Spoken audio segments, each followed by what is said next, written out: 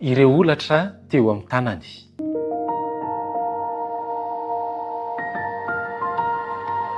Faly miarabantsika natratra ity fotoana manokana izay ianarana zo tenin'Andriamanitra loahevitra izay farany niarahantsika dia le hoe fanantenana ho an'ireo tsy kristianina. Fanantenana ho an'ireo tsy kristianina. Ahoana ny amin'ilay hoe olatra ny teo amin'ny tanan' Jesosy Kristy.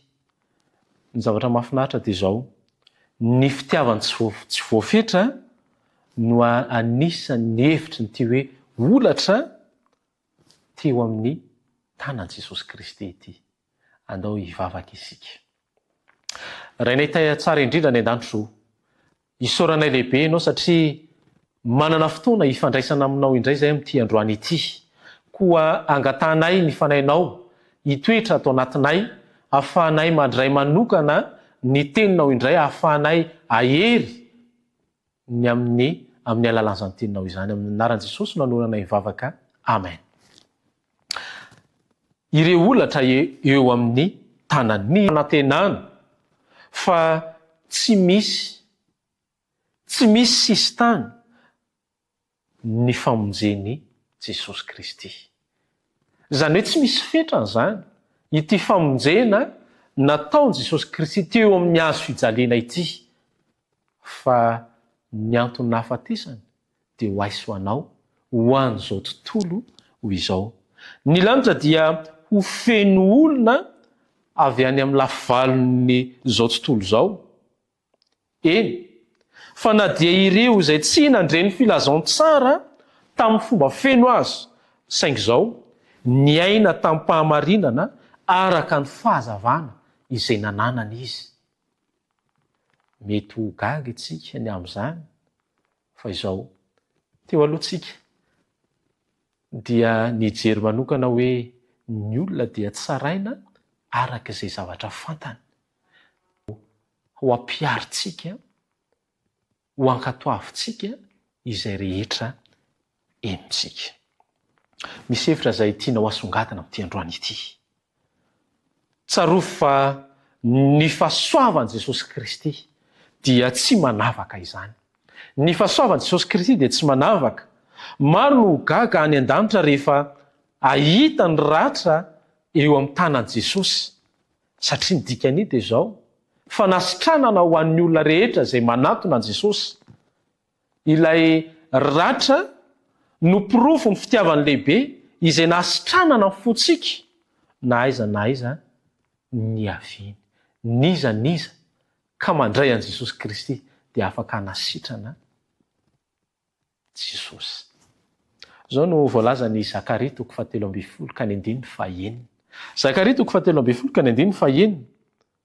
Rehefa ho tonga any amin'ilay dia mety isy ametraka an'izao fanontaniana izao hoe ino tony ratra amin'ny tananao itony? Ary izay moa le lohatenitsika amin'ity androany ity hoe ilay olatra eo amin'ny tanan' Jesosy Kristy. Zasy ianao dia afaka ny ahitana izany rehefa ho tonga ilay fotoan-dehibe mahafinaritra. Andriamanitra dia mahalala ny fo, na dia ao anatin'ny aizina na ny fampianaran-diso azy, izany hoe ao anatin'ilay Babilôna, dia manana olona mahatoky mandrakariva Andriamanitra izay hanavitra antsika ao anatin'izay haiziny izao tontolo izao izany. Fantany fonao ary miantso anao izy hivoaka ao anatin'izany haizina izany ho amin'ilay fahazavana mahagaga. Ary ny tenin'Andriamanitra ao amin'ny Apokalipsy 4:20, ka ny andiny faefatra dia miala aminy ianareo ry oloko. Antson'Andriamanitra natao aso anao izany.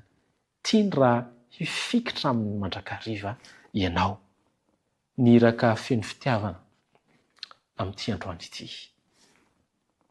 Antsoina isika ho tonga fantsona hitara ny fahazavany. Be dia be ireo olona izay ao anatin'ny aizina amin'izao fotoana izao. Be dia be ny olona izay mbola tsy mahafantatra ilay fahamarinana, ilay voalaza ny tenin'Andriamanitra. Miantso anao Andriamanitra laza izany fitiavana izany.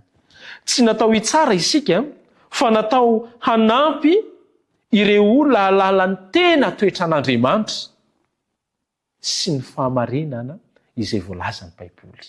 Andao ampahafantaritsika ny olona rehetra izany fa izan'Andriamanitra izany dia be fitiavana. Izan'Andriamanitra izany dia miaraka aminy.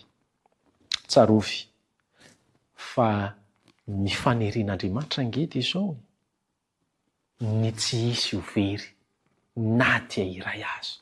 Zany ny fanirian'Andriamanitra. Ny olatra eo amin'ny tanany dia fanekena mandrakizay fa sarobidy loatra eo amin'Andriamanitra ianao.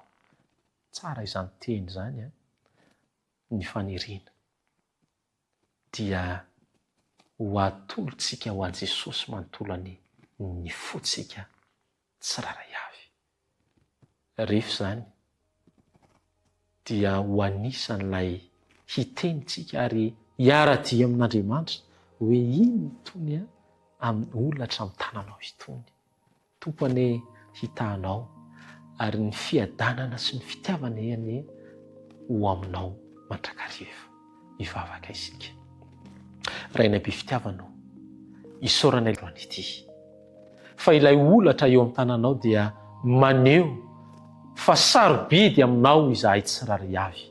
Maneho ny fanasitranana izay nataonao ho anay tsiraray avy. Ary n'ity fotoana ity dia manolotra ny momba anay rehetra eo aminao izahay. Raiso izay Andriamanitra, raiso izay Jesosy malalo mba ho anitra ankasitrana ho anao irery any. Ary ny fanirianay dia mba omenao anay an'izany fiadanana sy ny fitahiana manokana izany ary mba ho anisan'ny olona ho voaonjenany izay tsiraray avy ary ao amin'ilay fahazavana izay ho fahomanina ho anay tsiraray avy. Fatononona izany vavaka izany amin'ny anaran'i Jesosy Kristy irery any.